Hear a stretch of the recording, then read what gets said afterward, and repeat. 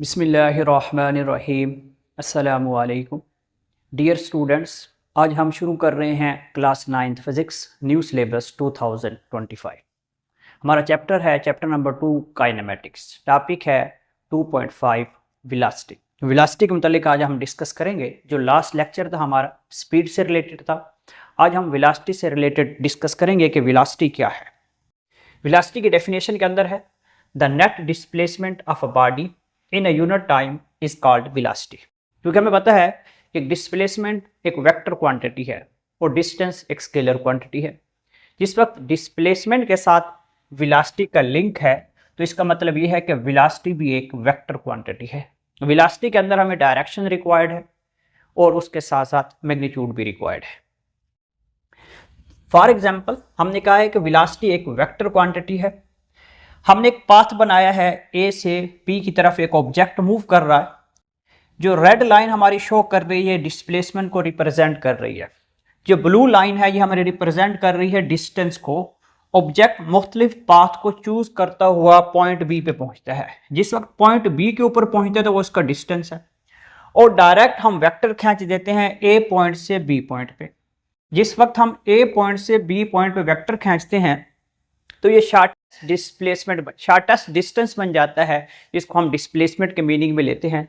जिस वक्त इस डिस्प्लेसमेंट के ऊपर आपका जो टाइम लगेगा, 1 सेकंड लगता है, 2 सेकंड लगता है, जो भी टाइम इसके ऊपर लगता है, तो उस टर्म को हम कहते हैं velocity. The net displacement of a body in a unit time, एक मखसूस टाइम के अंदर आपका ऑब्जेक्ट कोई ना कोई डिस्प्लेसमेंट तय करे, वो हमारी वेलोसिटी कहलाती है।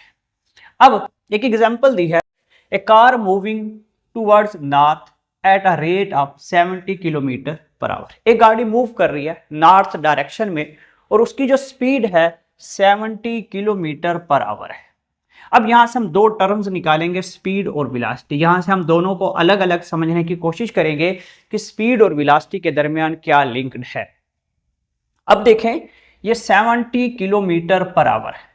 70 किलोमीटर पर आवर के अंदर ये सिर्फ और सिर्फ मैग्नीट्यूड को रिप्रेजेंट करता है, क्योंकि 70 एक क्वांटिटी है, किलोमीटर पर आवर ये एक यूनिट है। क्योंकि मैग्नीट्यूड के अंदर दो चीजें हैं, quantity plus unit. Speed as a scalar quantity है, जबकि वेलोसिटी के लिहाज से क्या होता है, हमने वही एग्जांपल दी है 70 किलोमीटर पर आवर, लेकिन डायरेक्शन बताएंगे कि ऑब्जेक्ट किस डायरेक्शन में जा रहा है।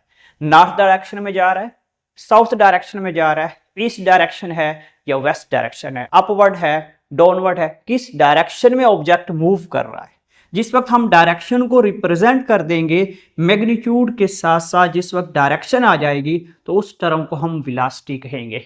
जिसके अंदर सिर्फ और सिर्फ मैग्नीट्यूड होगा वो स्पीड कहलाएगी। जिसके अंदर मैग्नीट्यूड भी होगा और डायरेक्शन भी होगी तो वो हमारी वेलोसिटी कहलाएगी। Scalar speed as a scalar quantity है, velocity as a vector quantity है।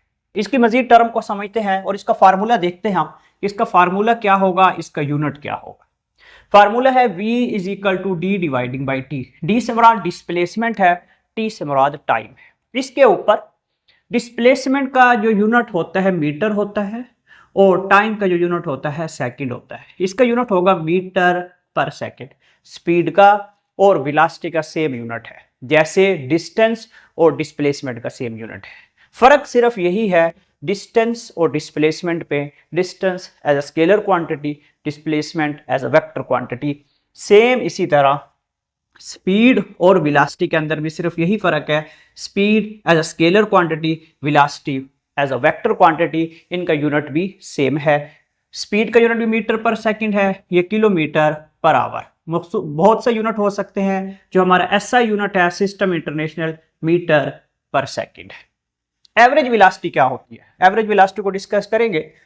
Total displacement divided by the total time taken. हमारे पास टोटल डिस्प्लेसमेंट आ गया, इंटरवल बना लेते हैं। सपोज करें हमारे पास डिस्प्लेसमेंट, तो इसके इंटरवल बना लेते हैं। एक इंटरवल है, दूसरा है, तीसरा है, मुख्तलिफ इंटरवल्स ले लेते हैं।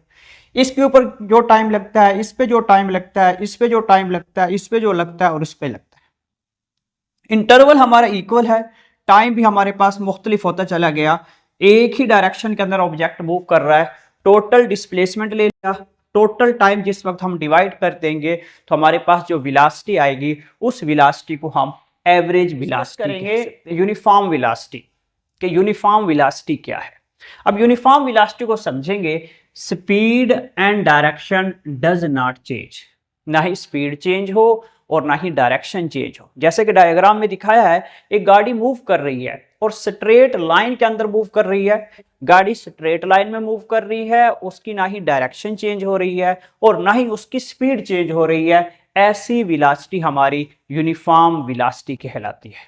नॉन यूनिफॉर्म वेलोसिटी क्या है? नॉन यूनिफॉर्म वेलोसिटी को हम वेरिएबल वेलोसिटी भी कह सकते हैं।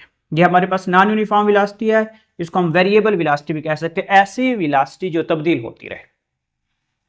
इस वेलोसिटी के अंदर स्पीड या डायरेक्शन कोई एक चीज चेंज हो या दोनों चीजें चेंज हो जाए, स्पीड भी चेंज हो जाए और डायरेक्शन भी चेंज हो जाए, ऐसी वेलोसिटी हमारी नॉन यूनिफॉर्म वेलोसिटी या वेरिएबल वेलोसिटी कहलाती है। जैसे कि डायग्राम के अंदर दिखाया है कि हमारे पास एक पैराट्रोपर है, पैराशूटर है या छाता बरदार है, वो जहाज से जंप करता है।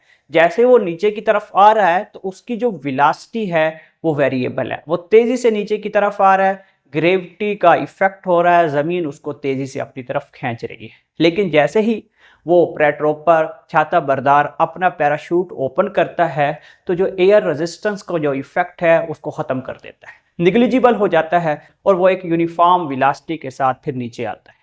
तो वेरिएबल वेलोसिटी या नॉन यूनिफॉर्म वेलोसिटी को समझेंगे कि ऐसी वेलोसिटी है जिसमें स्पीड चेंज हो जाए या डायरेक्शन चेंज हो जाए। आप एक जिगजैग पाथ पे मूव कर रहे हो या दोनों चेंज हो जाए, जिगजैग पाथ पे भी मूव कर रहे हैं और वेलोसिटी यानी कि स्पीड कभी आपकी कम होती है कभी आपकी ज्यादा होती है। ऐसी वेलोसिटी हमारी नॉन यूनिफॉर्म वेलोसिटी कहलाएगी या वेरिएबल वेलोसिटी कहलाएगी।